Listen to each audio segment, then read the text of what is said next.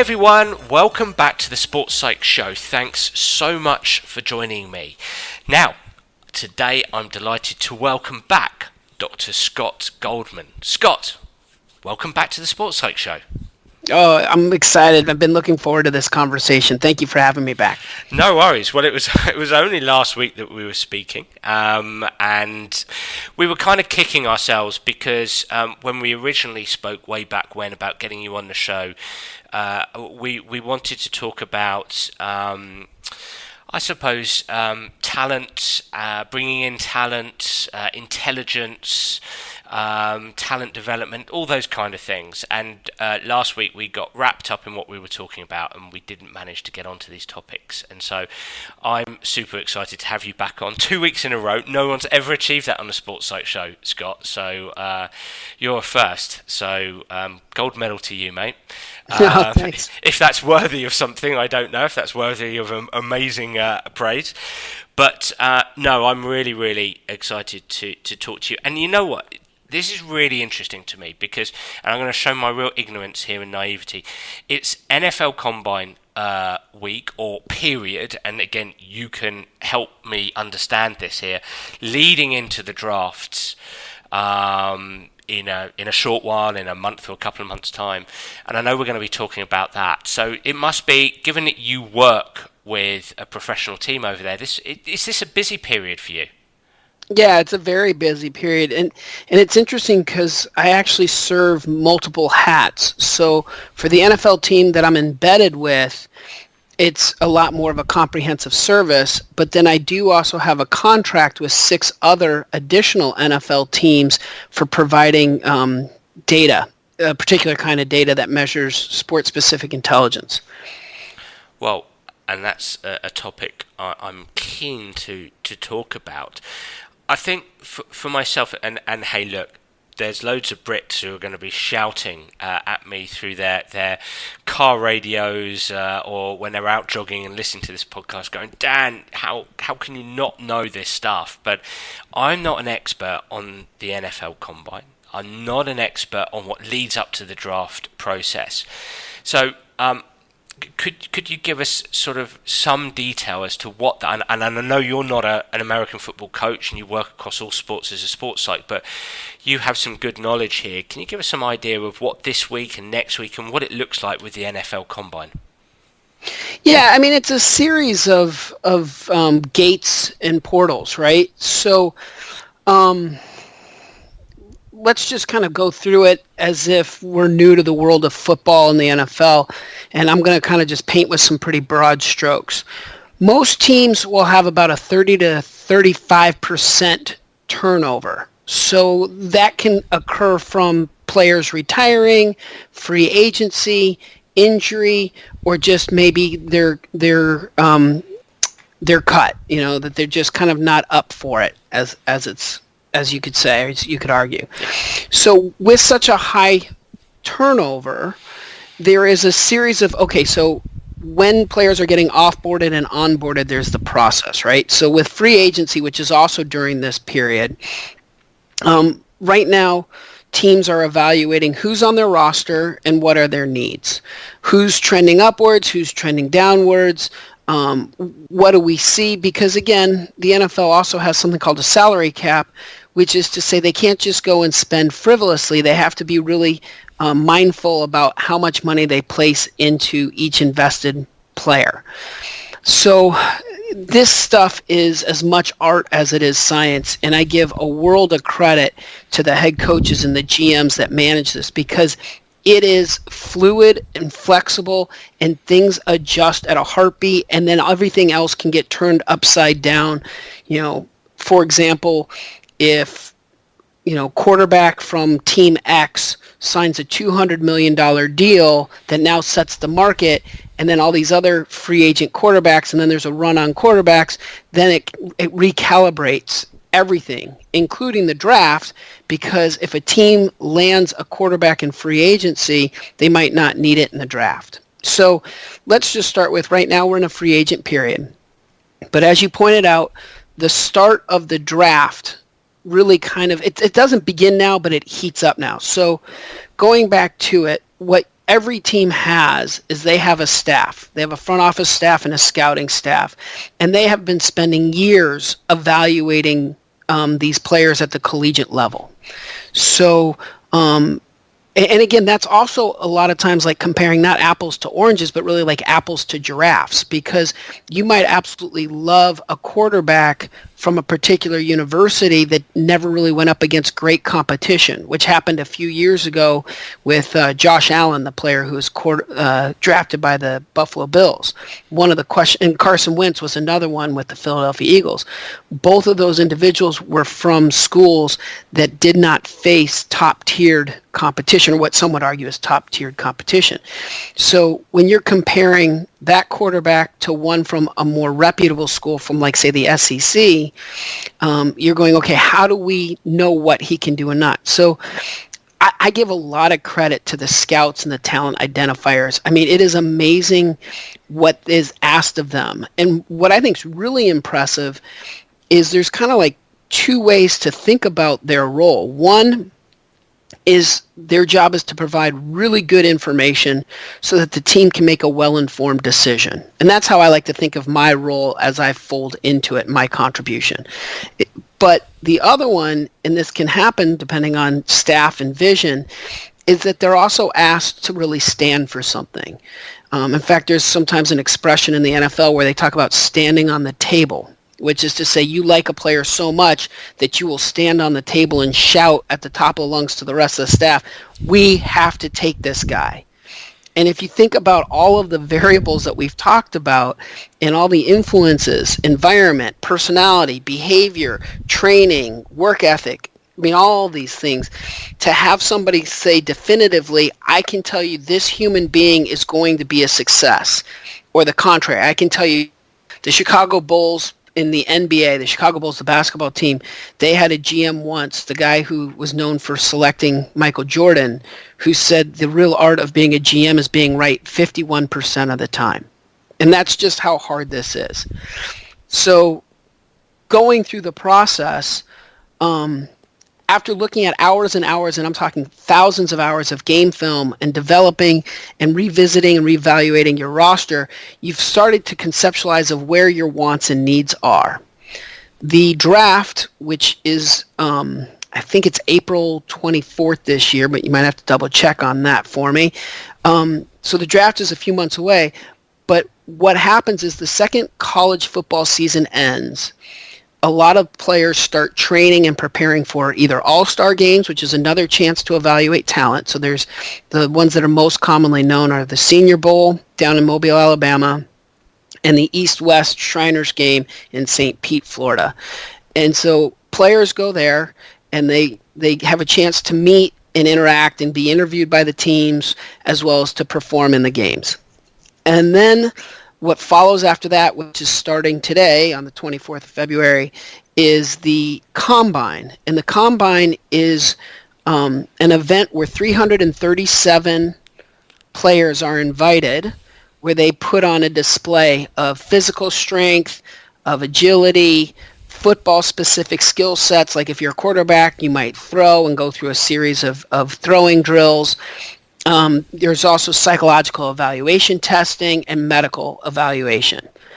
And then after that comes the next step, which is the top 30 interviews, where players are invited to the different facilities where you can spend a day with the player and really kind of say, is this guy a good match for our team?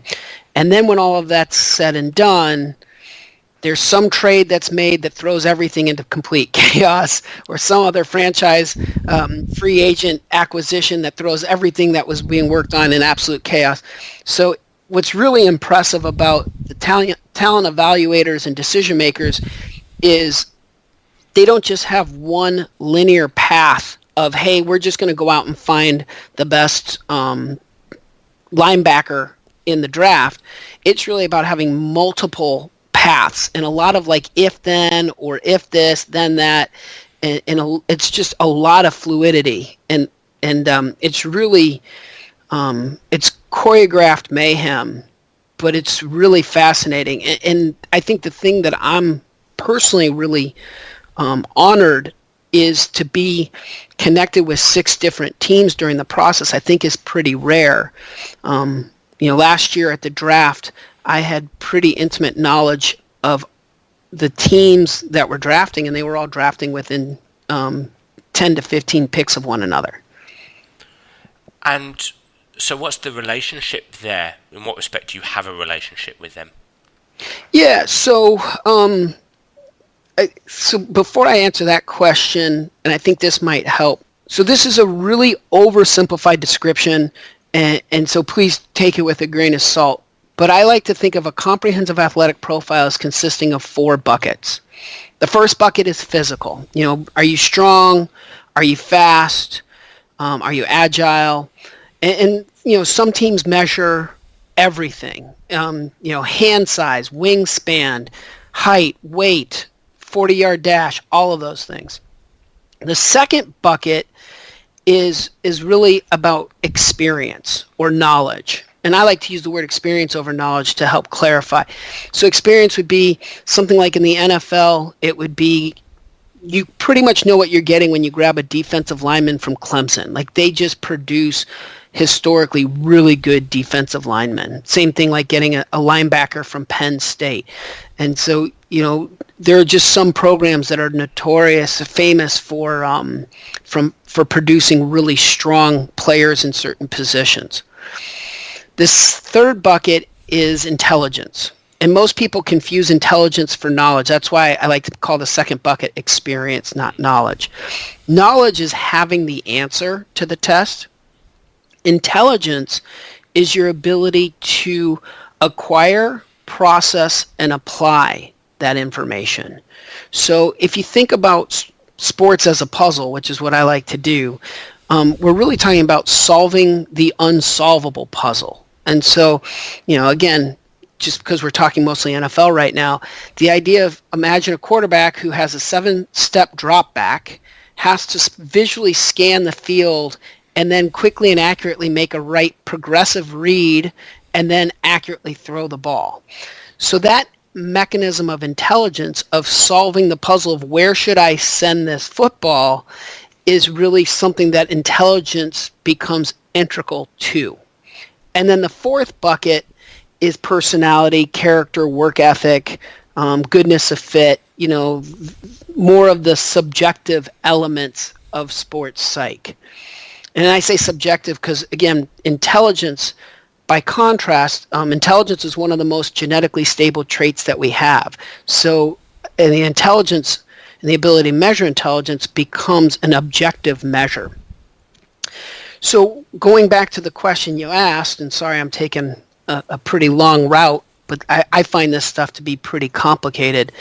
Going back to it, what do I provide? Well, for the teams that I'm embedded with, I provide 2 of the 4 buckets. The personality, so I'm part of the top 30 formal interviews and the combine interviews, the informals and formals. But for the other teams that I'm not embedded with, where I just have a contractual consulting relationship with the other 6, it's about providing the intelligence piece. And I do that by a test that my partner and I created. His name's Jim Bowman. I always like to give him credit because collectively, I think this wouldn't have happened if it wasn't for the 2 of us working together. We met at the Albert Ellis Institute, which is a famous institute in New York City, created by Albert Ellis, who's one of the more well-regarded psychologists in the history of psychology. Unbelievable education, unbelievable training, and also incredibly grateful for the opportunity to meet Jim Bowman, who at the time, he and I were talking about intelligence theory and learning theory, and also how that could be applied to sports. So we created an instrument called the Athletic Intelligence Quotient, which we call the AIQ. And we spent about 15 years developing it. We followed the Cattell-Horn-Carroll theory of intelligence, for those that are familiar with learning theory. And we looked at just chaotic situations, unsolvable puzzles in human behavior. Things like first responders, firefighters, police officers, surgeons, fighter pilots, military, but mostly in sport. And we brought it to market in 2012. And right now our database consists of over 6,000 professional elite athletes solely, covering the NFL, Major League Baseball, NHL, the National Hockey League, MLS, Major League Soccer, NBA, National Basketball. So let's see if I can get these. NBA, NFL, NHL, Major League Baseball, and MLS, all 5 major leagues in the U.S. We've also been hired and implemented at a few different Olympic training facilities. And we've also been used by an English Premier League team.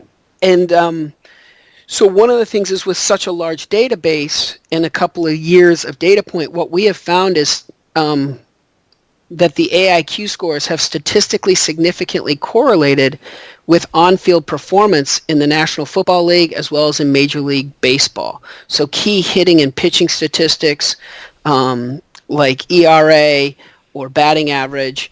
And then in football, what we have found is things like rushing yards and running backs, regardless of when they were drafted, or career longevity. People with higher AIQ scores tend to get on the field sooner and stay on the field longer.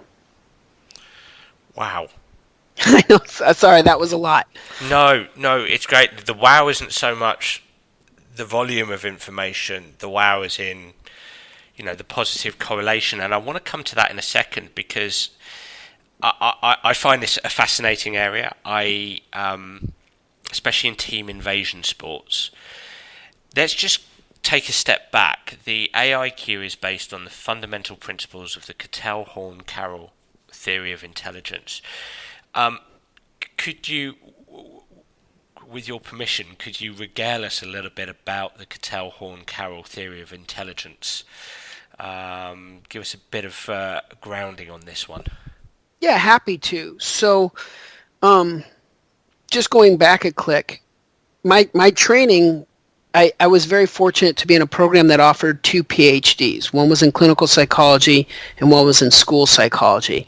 And so it was during the training of school psychology, which is really about trying to identify learning disabilities and best teaching practices, right? So it's interesting. I've always thought the term learning disability was a misgrab. And I say that because when we call it a disability, it's almost like we're talking about maybe a weakness, or like a limp or some other kind of deficit, when I think a better way to describe a learning disability is really the route of absorption. So if we're talking about a path from A to B and the majority of the classroom goes in a straight line, someone with a learning disability might take a more circuitous route.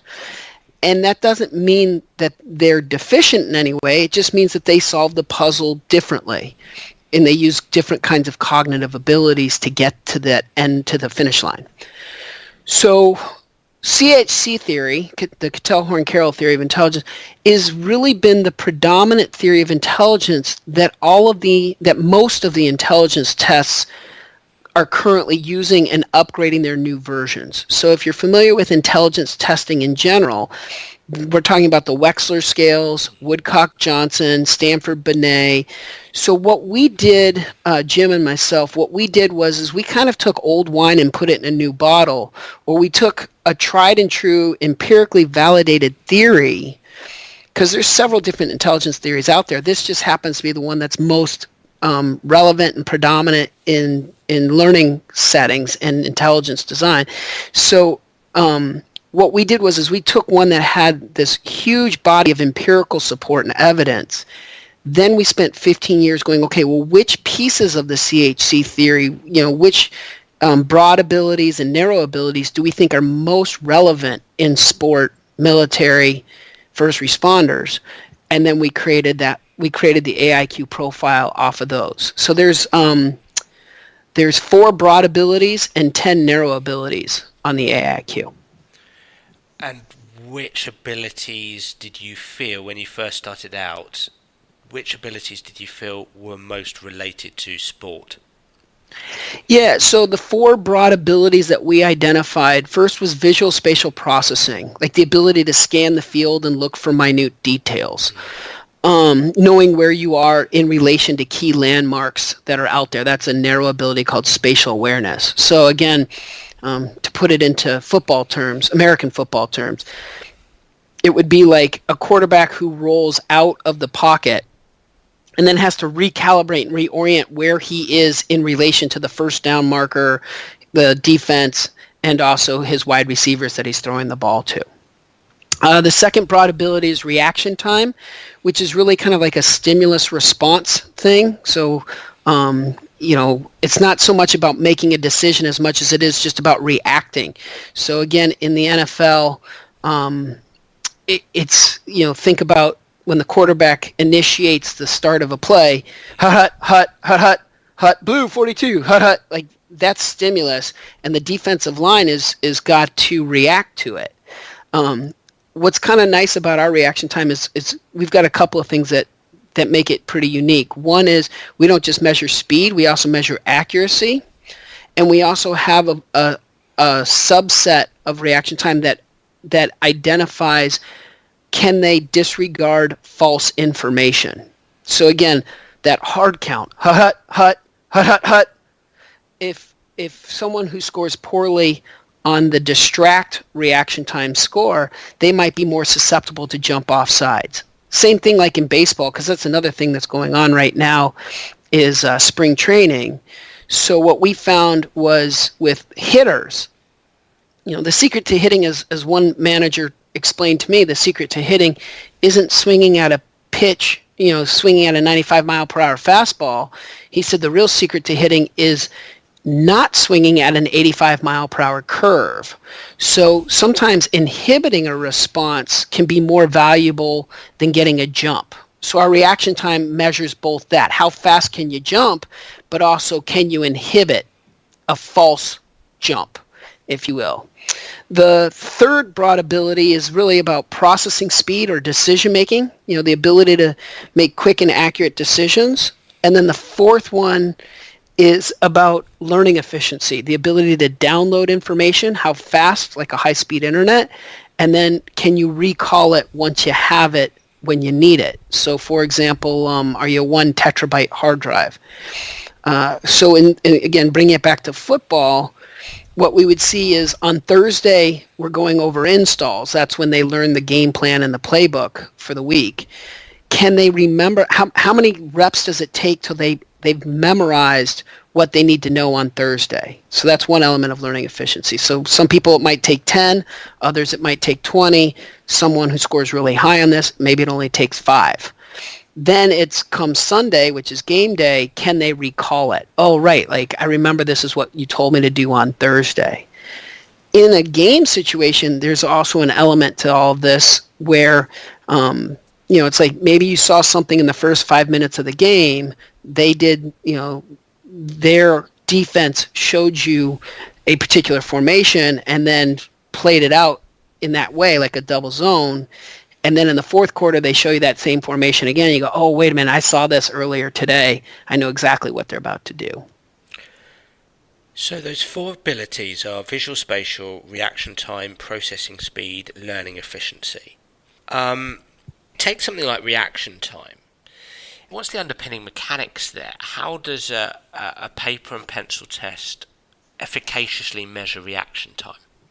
Sure. So again, we took a lot of the test items and administrative practices, best practices from the theory, which is already in play and been and verified, empirically validated with some of these other tests. Yeah. So what does it look like in action? So the AIQ is administered on a tablet. It's administered on an iPad. Anyone can download it and then engage in it. And so what does it look like for reaction time is it's one of these kind of scenarios where there's a stimulus like a blue square, and every time it appears you got to press or hit a bullseye, and we're measuring a couple of different things. One is how fast does it take for you to react to it, and then are you jumping the gun? Because sometimes people might try to tap before the image shows, Yep. and that gives you a false read. Or sometimes people will miss the stimulus altogether, like the blue square shows and they don't do anything. So there's two types of errors: commission errors and omission errors. Gotcha.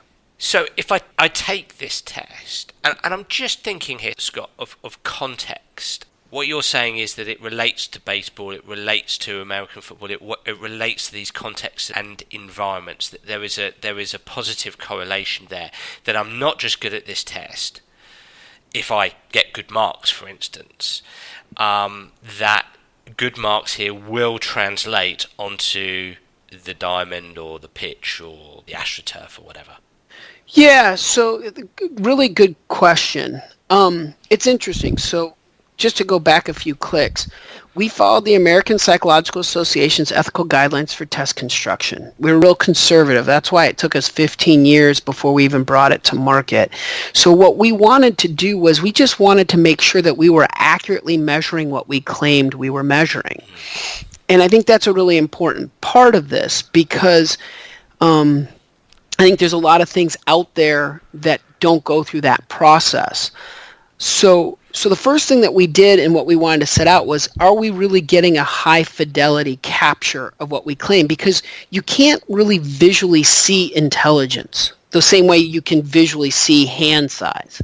But that's what we wanted to do, is we wanted to make our measure of intelligence to be as accurate as somebody measuring hand size. Now, the second part of it is talking about, okay, so now what's its value? You know, our intention was never to become a predictive test. In fact, I would go so far as to say, if you can predict anything in sports, just go to Vegas, put all your money down on the team that clearly wins because of your secret formula. I think going back to the initial part of our conversation, there is so much fluidity and variation and fluctuation that sports is kind of like the stock market. It's just chaos. And so there is no prediction to it. So we really designed the test to be descriptive. What we really thought about was, as school psychologists, helping teachers understand their learners made for a better classroom setting. And similarly in sports, having coaches understand their players made for better team success. And it was twofold. One was the idea of understanding how to teach them more efficiently, so how to coach them up. And the other was about putting them in positions of success. So again, seeing how we're talking about reaction time, one thing for wide receivers and defensive backs is sometimes they have to react to a ball that's been passed before they make their break. So wide receivers running, the ball's thrown, they make their break, the ball's in midair. We've noticed that people with better reaction time have a tendency to catch those balls because they have less time to react because the ball's already halfway on its journey. So we made the idea of, if someone scored low on reaction time, that doesn't mean don't take them. Rather, it was intended to say you might not want him to do a lot of comeback routes. You might want him to do more fades or more go routes where he doesn't have to rely on that reaction time as much. It was that kind of dynamic. So teaching in the classroom setting or in the install room, game film, and then also putting them in positions of success on the field. What we had discovered unintentionally was this statistically significant correlation. And notice I use the word correlation, not causation, because again, I don't want to misconstrue that we're predicting. What we've just noticed, because our database is so large, what we've noticed is when AIQ scores go up, so do these performance variables on the field. And we were able to control it. Again, we're pretty conservative scientists. We were able to control it because our database was so large. That's really interesting, because what I think I hear you say is we're producing this intelligence test from a highly reliable real-world intelligence test, applying it to sport. There's these 4 data points, if you like. And what these data points can give us is the start of a great conversation between coaches and players or the player in question. It's a little bit like a personality test. If I use a personality test like, say, the NEO, which relates to the Big Five personality theory, I would say I use it not because it gives me an absolute truth, but because it gives me a representation of the potential personality of this person in front of me. And now from there we can have a really interesting conversation about the specific behaviours that he or she is experiencing and engaging in within given environments. And this acts as a bit of a prompt sheet that starts conversation. And am I going on the right track here? It's kind of similar. It's like, this is as reliable as we're going to get, and this really can prompt decision making, but via coaching and player coaching conversations. Yeah. No, I think you're definitely on the right track. I mean, a couple of places for consideration is, I would say, yes, there's 4 broad abilities, but there's actually 15 points of data. There's the full scale score, the 4 broad abilities, and the 10 narrow abilities. So there's actually a lot to discuss. Yeah. And then it's interesting to compare it to personality. And this is why I separate it in that 4 bucket analogy, personality and intelligence, because in personality and personality inventories, there's a little bit more debate there, right? Because where our test, the AIQ, intelligence is a genetically stable trait, personality is a lot less so, and there's temporal stamps on personality, like as we get older, but there's also what I would call quote unquote critical incident stamps that can fluctuate one's personality. The one that I often use is when my kids were born. I was never really afraid to fly, and if there was turbulence prior to my kids being born, when there was turbulence, I said, look, if this is my time to die, this is my time to die. Now when I fly and there's a little bit of turbulence, my heart skips a beat because I think about, man, if this thing goes down, that would be really hard on my kids. Similarly, I find myself crying a lot more at Hallmark commercials than ever before, which was something that didn't happen prior to my kids being born. So, critical events in our lives, like, signing a multi-million-dollar contract and fulfilling one's dream of being in the NFL or NBA or Major League Baseball or the English Premier League, those things can really augment and influence one's personality. So one element of difference is personality can change, intelligence not so much. The second part of it is really in the test administration. We're not asking questions. We're actually putting them through tasks and measuring that performance. So the same way you have somebody run a 40-yard dash to measure how fast they are, is we're doing those kinds of things. Like, again, the task is not asking you how much do you think your reaction time is. We're putting them through a series of tasks and then measuring it. So by contrast, personality inventories will ask you questions like, do you like dogs or cats, or do you like to work outside, or all these kinds of things in coming to a composite or a profile.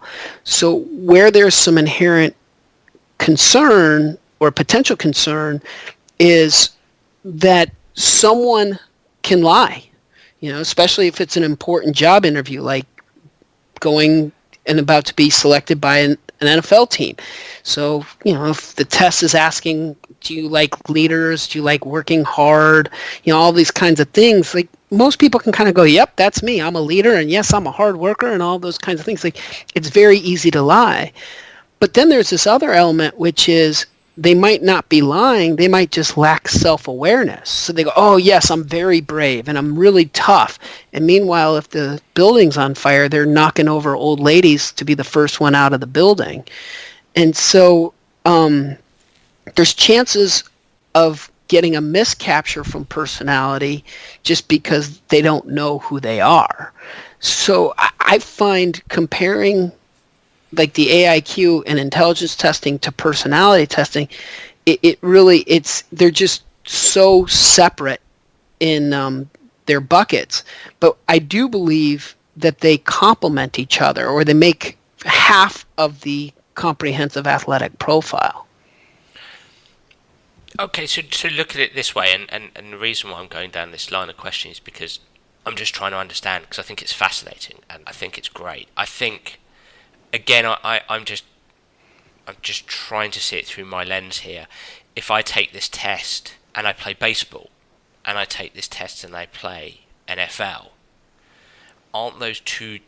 I understand that visual spatial. There's this one quality visual spatial measurement, but these are two different sports, two different environments, two different disciplines. What you're essentially saying is the intelligence lies within. It doesn't lie across an interaction between player and environment. It's purely within. Would I be right in saying that? Yeah, so God, what a great question. And this, what you've done really well is highlighted the distinction between the second bucket, experience and knowledge, versus the third bucket of intelligence.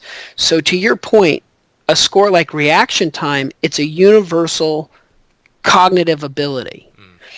But how a hitter in baseball might use reaction time, like swinging or not swinging at a pitch, is different than how a football player might react. An American football player might react to reaction, or might use reaction time, which would be like a wide receiver on a comeback on a comeback route, catching the pass.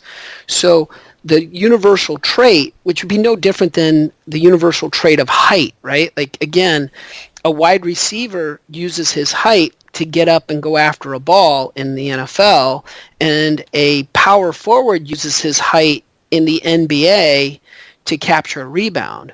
The measurement of their height is the same. What they do with their height could be different. So I have this one measurement of, say, reaction time, and depending on the sport, I utilize that differently. Bingo. And then, you know, what we provide, and this is where the consulting piece kind of comes in with the 6 teams I was mentioning, is we talk to the front office about the player. Then we also talk to the coaches too, like, hey, here's what you can do with this guy. Here's something that can help maximize. Because sometimes the question is, you know, when we're watching game film on a wide receiver, in college we're watching him only run 3 routes. But in the NFL, we're going to want him to do multiple option decision tree making, you know, multiple option route running. So it's really about his ability to identify the defense and then go through a series of multiple choice questions and be on the same page as the quarterback. That's always something interesting is, you know, when an interception occurs, most people assume it was the quarterback that made the bad throw, but it's also possible that the wide receiver made the wrong route. So going back to it, and this is an actual specific example, there was an athlete that we tested who scored poorly on the AIQ, but his physical abilities was, he was big, he was strong, he was fast. And so the team was really high on him. But the big question mark was, in college, he only ran 3 routes and was incredibly successful because he was so much bigger, so much stronger, so much faster than the defensive backs, that he was still successful even when the defense knew what he was going to do. So the coaching staff for this team said, we got to take this guy because when we bring him to us, we're going to have him not just do those 3 routes, we're going to have him do a whole bunch of other things, and it's going to be even more successful. And the front office sort of said, hey, you know, what does the AIQ data suggest? And we said, well, it would require him to have a really good work ethic. He'd have to make a lot of time on task, a lot of attention. You know, you're going to have to coach him in this kind of way, and it might take long. And so it was an interesting kind of thing because we were just helping the team make a more well-informed decision, because when that player went to the NFL, his physical attributes, his physical advantage was negated because now all of a sudden the defensive backs were also just as big, strong, and fast as he was. So you've mentioned that it's something that's quite stable over time, or very stable over time. How adaptable, how versatile, how flexible is intelligence? You've mentioned there that a group of coaches might make a decision in terms of how they coach that individual or group of individuals as a consequence of the test. I mean, how stable is this stuff? How malleable is it? Yeah, so it's really interesting, right? Because there's some new theories that are out there. When I say new, I mean like the last 30, 40 years, where they talk about neuroplasticity, right? That we can kind of do brain training, and we can, and that the brain is malleable. And when the brain is injured, it has some adaptive mechanisms. And it's interesting because I'm really fascinated by the literature about neuroplasticity, and I think there's some merit, especially like when we're talking about some of the research out there on dementia and Alzheimer's and how the brain fades in its functioning and how to help reduce or change that curve of what's the word I'm looking for here? Decline. That we can kind of reduce the speed of that decline. And but what's really interesting in the world of sports is people are starting to take this brain training, neuroplasticity.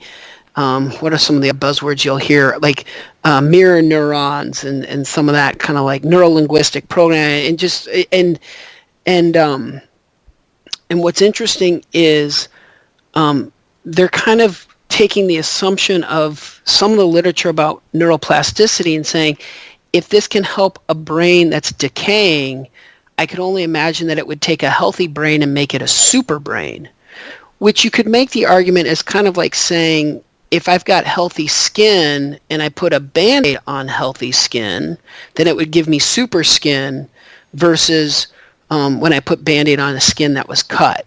So I find it interesting, and this can be somewhat controversial, because there are some scientists out there that really believe and endorse and produce products and methodology of implementation for brain training stuff.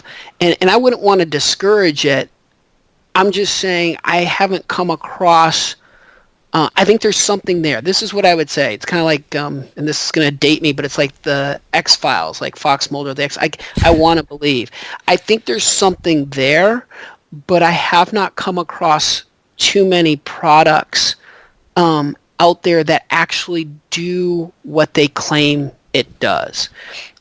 What's interesting is some of the brain training technology that I've come across as a provider. So again, with the teams that I work for the last 20 years, I've often been somebody where they go, hey, doc, can you vet this out for me? And I'll take a look at the white paper and the science behind the product that the team is considering. And what I've seen with a lot of the brain training stuff is they will show like a baseline measure, and then they administer their product, and then they'll show how much the individual got better at the product. So it's like, he scored a 20 on the first trial. Then we did it for a series of 3-4 weeks, and now we've got him at a 25, and see that improvement.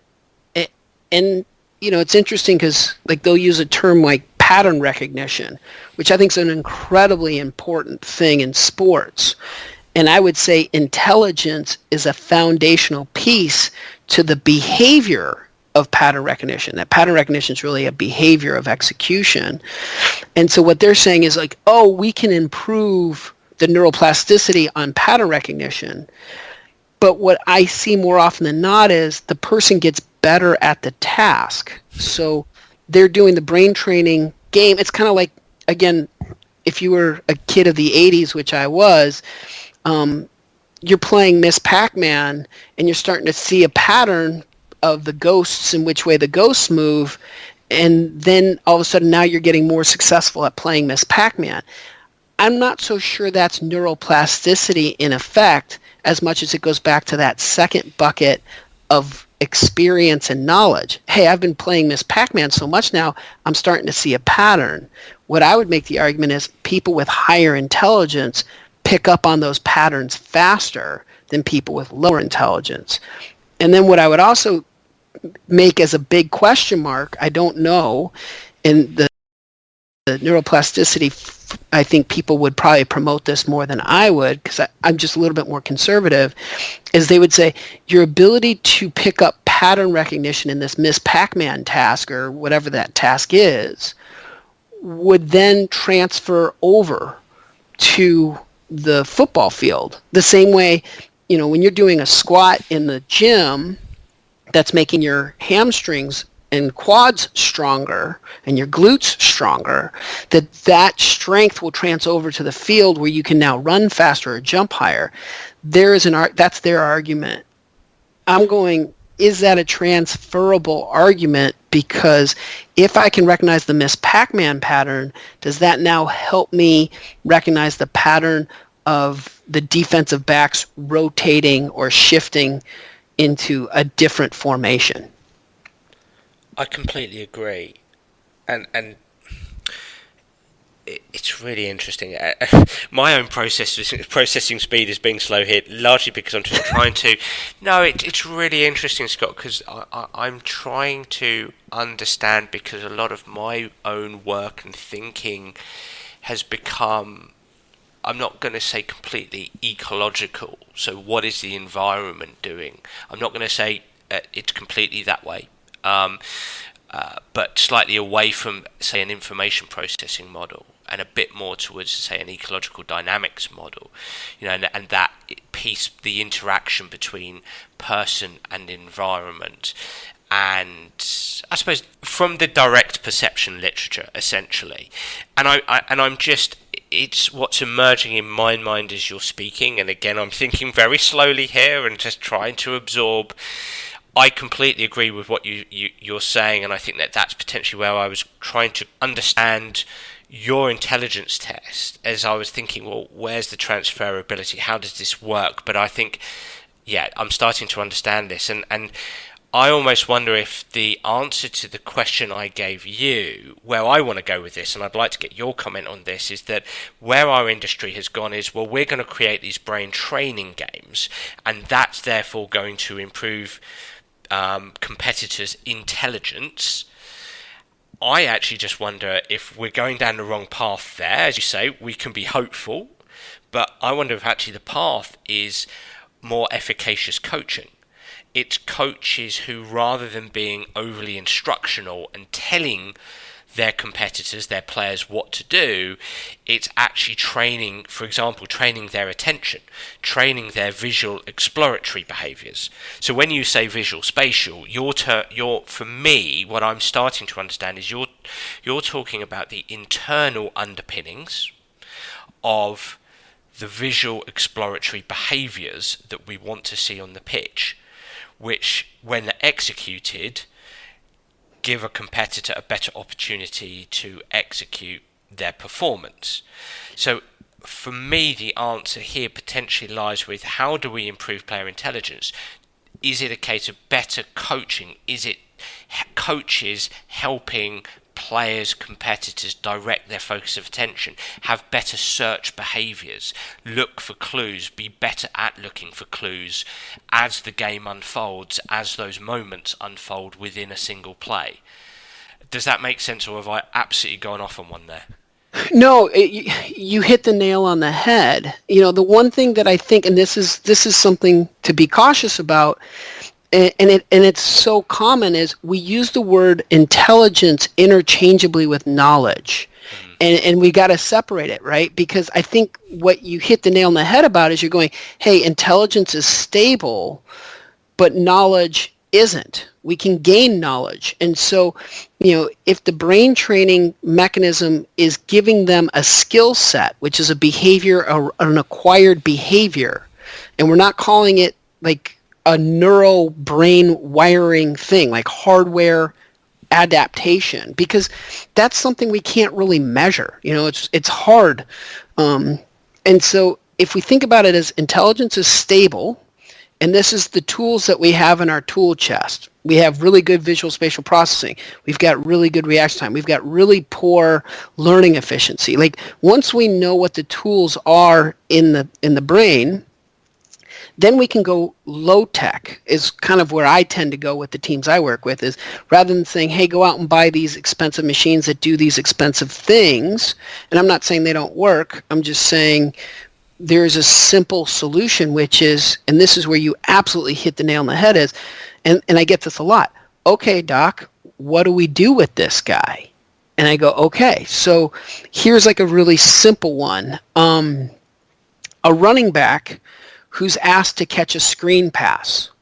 So if they've got poor spatial awareness, again, that's kind of like knowing where you are in relation to space, key landmarks, opponents, etc. If that's a low score, but he's got to catch a screen pass. So let's say he runs, 3-5 yards, catches the ball, and now has to rotate 180 degrees and reorient to where he is. If his spatial awareness is low, that mechanism is going to take him longer to figure out where he is and where his next, where the blocks are being set up and where he needs to run to, etc. So what you could do is you could have him, instead of kind of do this screen where he's got his back to the end zone, rather do kind of a little bit more of like a circle route or a flare route where he catches the ball at a 45-degree angle and then only has to rotate another 45 degrees so that his field of vision hasn't been as disrupted. And this is such a minor change in what you want to do as a coach and him as a player, but it might give you an exponentially beneficial return of investment, because having him catch the ball with the field in front of him versus his back to the field doesn't really change or disguise or mess with the disguise of the play, but it would negate this identified weakness that we discovered. So there's a technical and or strategical shift. Yes, absolutely. And then going to your point, that's it in a nutshell. And then the double down on that is what you were talking about earlier, which is, knowledge acquisition. So, are we just going to yell at this guy? Like, this to me is kind of where the test really originated from. I noticed that coaches had a tendency, when a player wasn't understanding it, some coaches would just double down and say it louder and say it more intensely or with some pretty colorful language, thinking that by amping up the emotional energy of the exchange, that somehow would increase the download. And you could almost make the argument that does the opposite, right? The anxiety now short circuits the download. And so what was interesting was I was going, so why are they yelling? And this goes back to me having kids, right? Every night I tell my boys to brush their teeth, put on their pajamas, and go to bed. And every night at the same time, when I say this, they go off on all these different tasks and tangents, and I'm like, okay, did you guys brush your teeth? And it's like, how many times do I have to tell them to brush their teeth?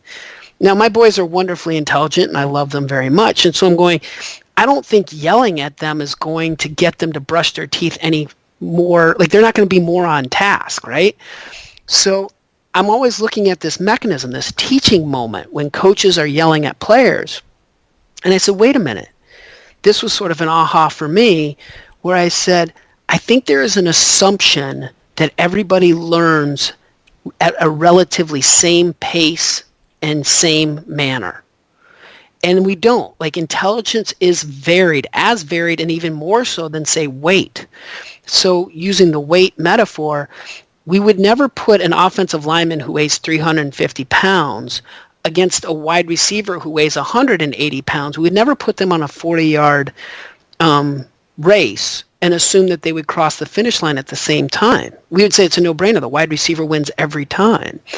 But when we put two people in a classroom setting and we start teaching them the way that we're most comfortable teaching them, we assume that the two players that are sitting in the setting, the two students, are going to download the information exactly the same way.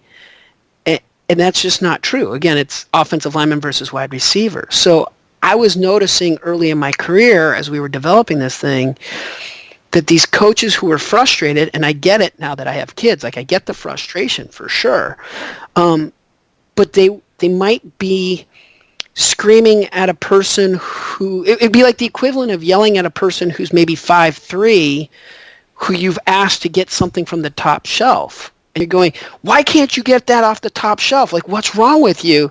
And meanwhile, he's like, dude, I'm 5'3". Like, what do you want from me? Now, it doesn't mean that he can't get it. He has to get a ladder. But that's the step, right? Is if the coach says to the 5'3" guy, hey, I need you to get this at the top shelf. I've noticed that you're 5'3". There's a ladder in the shed. So here's how we're going to do this. And then he goes, got it, coach. I'm there. Versus the coach who just assumes everybody's a 7-footer and says, just go get it there on the top shelf. So going back to a comprehensive athletic profile, understanding their physical attributes, their experience, their intelligence, and their personality gives the coach a path for really maximizing what that individual can do and minimize frustration. And as you're speaking there, I think it's fascinating because I'm thinking of some of the work I do, going into an organisation and maybe talking about culture and the importance of what I would call a psychologically informed environment, where we're having conversations around player personalities and experiences and emotions and thoughts, etc., etc. And the potential for the importance of admitting vulnerability, because anxiety happens to you, low mood happens to you, a drop in confidence can happen to you. These things happen to you. They biologically emerge, if you like. And what I'm learning here, what you're saying to me is visual spatial intelligence happens to you. Reaction time happens to you. Processing speed happens to you. Learning efficiency happens to you. Here is a measurement of this, and that can have an impact on what we do from a tactical, from a strategical, from a technical perspective, because this player might be slightly deficient in reaction time, maybe, or low reaction time, or low visual spatial, or whatever it might be. There's an impact on our strategical coaching, on our tactical coaching, on our technical coaching.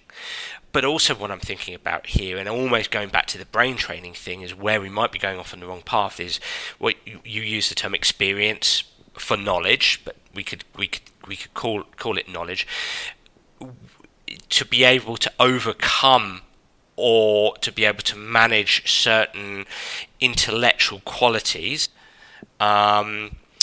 We want to turn up the volume of knowledge and experience. We want to help players acquire knowledge, but that knowledge really needs to be embodied and embedded within their environment.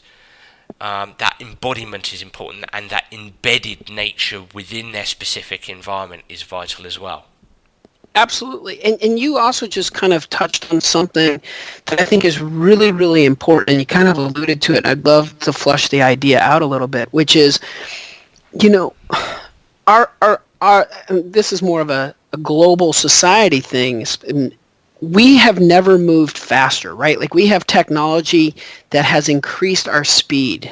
Like, the game 6 Degrees of Kevin Bacon was actually based off of a research study that showed that you can kind of connect human beings within 6 degrees of one another. What's interesting is they replicated that study, and they found with social media, we've actually knocked off a degree. You can now get to pretty much anyone in 5 degrees of separation. And so I mention all of this to serve as a backbone to the argument I'm about to make, which is teams have no longer been given the gift of time. Like, general managers and head coaches, the second they're hired, they're on a shot clock of how quickly can they turn the organization around. And there is such a demand for immediacy of success that there is not an opportunity to really build or do sophisticated things with your staff, with your players, etc. The demand for the quick turnaround, I think, causes this really interesting paradox of, how do I win the game today while building a long-term plan for the future? And so I think where the AIQ comes in is the sooner you figure out, your roster strengths and deficits, the sooner you figure out what you have and the more efficient way to maximize it on the pitch, as well as to maximize it in the installs or in the meeting room, game film, the sooner you can bridge that and get people to play at their highest levels, I think you're on that path to success faster. Because the days of giving a coach 5 years to build a roster and develop a team and to do it and execute it their way, that's gone. Like, you're now watching in the NFL, for example, coaches are getting fired after 1 year. And so, like the San Francisco 49ers, some people are talking about that organization where, the GM and the head coach were hired at the same time. They were given good, solid contracts for the NFL, and they did not have success their first initial years. And there were media and fan base that was calling for these two to be fired. And then all of a sudden, from last year where they were they were one of the worst teams. I think they ended up with 4 wins last year. And this year they went all the way to the Super Bowl. And it's like everybody's going, oh, wow, what a great turnaround. And it's like, well, that actually started 4 years ago. And it's been a build.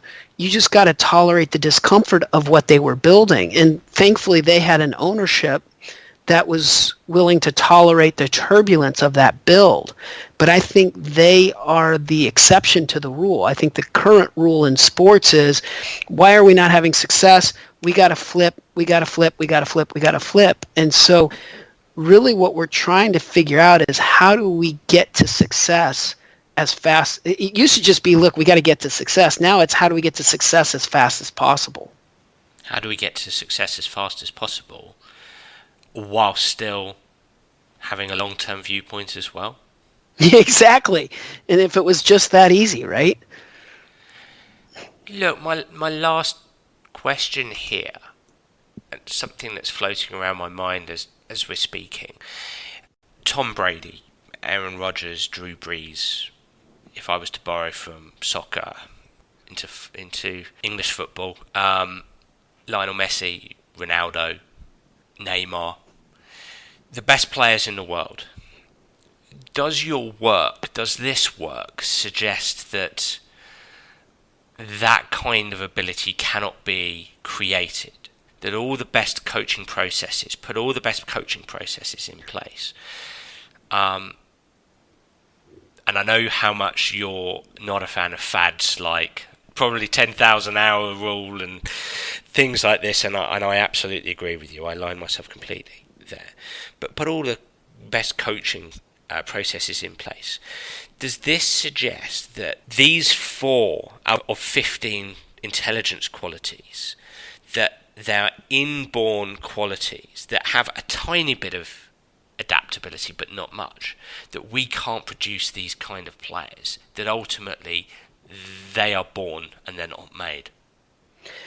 I'm not so sure I would agree with that. So, let me go back a step and really say, I don't know. I honestly don't know. Yeah. But, you talking about the 10,000 hour rule, what's really fascinating is if you look at the research, it was really quite a wide variance. It was between 4 and 40,000 hours. It's just 10,000 was the average. So going back to the notion of intelligence, it's possible that higher intelligence only required 4,000 hours and lower intelligence required 40,000 hours. So, the athletes that you named, and I always put this out there whenever names get dropped, I've never worked with those athletes, so I can't really talk about them with intricate or expertise. If I do have intimate knowledge of them, then I can't talk about them. So I'll steer away from the most amazing, athletes you just described, but go to the concept of your question, which was like, are people made or are they born, right? Nature versus nurture. And that's when I go back to this notion of, I think human behavior is unbelievably complicated. I think human interaction is a multiplier of that, because you're dealing with more than just one set of human behavior. You're now looking at multiple sets of human behavior, and this third domain, which is the interaction between it. So you've got human behavior 1, human behavior 2, and then interaction being a third. That composite is so unbelievably complicated. So going back to the way oversimplification of 4 buckets, I think the greatest athletes have all of them, but it's not to say that they have all of them to the nth degree, right? So, Lionel Messi, you could talk about his height, for example, but he's tall enough, he meets up some kind of threshold that wouldn't prevent him from being successful from a height factor, but it's compensated with speed and agility, right? And so I think it goes back to that composite of 4 buckets, the comprehensive athletic profile, because you could have and be in the 99th percentile in one of them and only be, say, in the 60th percentile in another, but it could still be that 60th percentile is good enough so that the 99th percentile bucket shines through, if that makes sense. So are athletes born? Are they made? Is it environmental? I think it's all of it, right? If we're going to get super nerdy and go down the rabbit hole, I believe in the diathesis stress model, which talks about we have genetic predispositions, but then there's environmental events that kind of sort of turn the genes on and off, if you will, right? So if you look at in the clinical world, about 1% to 2% of society is diagnosed with schizophrenia. But identical twins, if one of them is diagnosed with schizophrenia, the other one has a 50% chance of being diagnosed with schizophrenia. So some people go, see, that's genetics. Well, but they have 100% identical genetic makeup. So the fact that it's not 100%, if one twin has schizophrenia, the other one gets it, it's not 100%. So it can't just be genetics. However, it goes from being 1% to 2% in the population to 50% with your twin. Clearly, genetics does have a role. So I think intelligence is a genetically stable trait. I think knowledge is very fluid and flexible because it deals with absorption, environment, exposure. And I think personality is very fluid and flexible, which deals with, relationships and investment and internal mechanisms of motivation and external reinforcers. And then you've got the genetics of, man, this guy's really friggin' fast. And what we also know is these buckets play off of each other, right? Like the smarter you are, the more intelligent you are, the more knowledge you'll be able to get.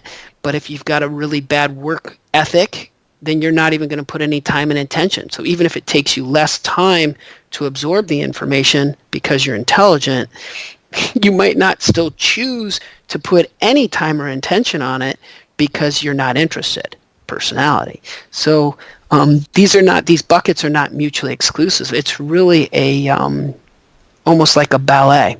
It's a choreographed dance that's so complicated to draw it up on a board would be exhausting. Just briefly, mental skills. Does that go in the personality bucket? Well, I think it depends on how you define mental skills, right? So if we're talking about mental skills like pattern recognition mental skills, I'd put that in the experience knowledge bucket. It's about getting the right answer. But if we're talking about mental skills as like a pre-performance routine for getting one into an optimal state of arousal, right? Like not too anxious, but not too relaxed, then I would put that in the 4th bucket of personality. Interesting. I really like your 4 buckets. It's got me thinking. It's slowed down my processing speed big time, Scott. I blame you here. Well, I think that's a sign of, I think if you look at most learning theory, it's the setback, the digestion that then leads to the launch of a really new space and some kind of cool discovery. So if this has sparked something in you for digestion, I'm really excited and curious to see what you do with it. Yeah, no, absolutely. And I could sit here and ponder this and throw the odd word out at you for the next hour, but I'm conscious of your time, so that's That's awesome. Now, last week you gave out your contact details, but I'm sure this will tap into people's interests again. So let's give out those details if that's okay with you, mate. Sure. How can people follow you or get hold of you? Yeah, so the name of the company is Athletic Intelligence Measures. Our website is athleticintel.com. My email address is just my last name, Goldman, Goldman, at athleticintel.com. People are welcome to reach out. And the name of the test is the Athletic Intelligence Quotient. I think if someone were to go online and just put those into a search engine, either my name, the test, or the company. So Scott Goldman, Athletic Intelligence Quotient, or AIQ, and Athletic Intelligence Measures, I'd hope one of those three would steer people to our site, and then you could contact us that way. Brilliant.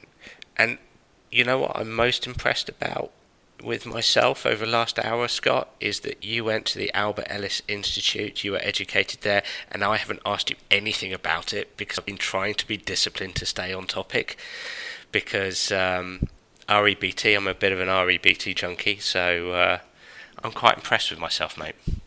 Well, it sounds like we might actually have to, this becomes a series now. Maybe we do a third one, because when I was there, I wrote a pamphlet about using rational motor behavior therapy for arousal regulation and performance, and sport performance.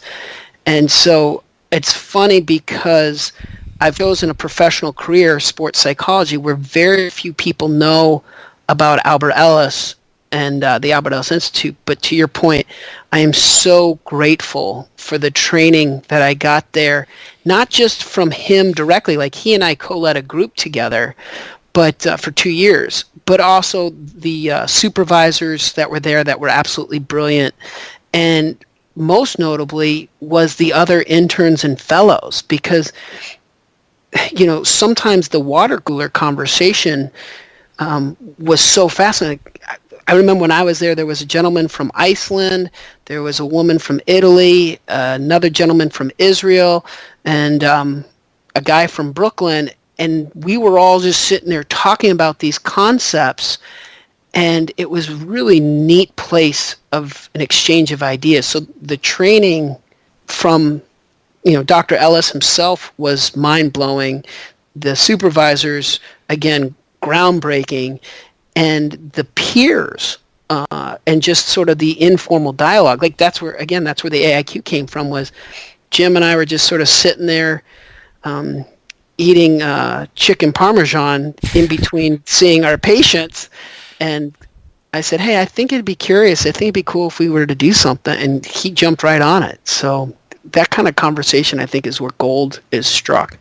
It is. Well, I'm deeply impressed and insanely jealous that you got to work with Albert Ellis. I think that's incredible. And I'd take listeners back to episode number 5 with Dr. Martin Turner, one of our preeminent REBT specialists in this country from a sports psychology perspective. So I'm envisioning a panel discussion at the mid to end of this year or something like that with the two of you. That would be awesome. So we'll definitely, with your permission, get you back on again. I would love that. I mean, these podcasts are an absolute treat. You ask questions that really I just don't hear a lot of, and you stimulate such great dialogue. I'm so thankful that you do what you do and how well you do it. So thank you. No, well, thank you very much for coming on. Well, everyone, another awesome episode. Great to have Scott back on the show. I do hope you enjoyed that podcast. Please do get in touch via Twitter or Facebook or through my website, danabrahams.com, to tell me exactly what you think of the show, and if you do have any suggestions, I'd be delighted to hear them. Well, I'm already looking forward to next week's episode. Bye for now.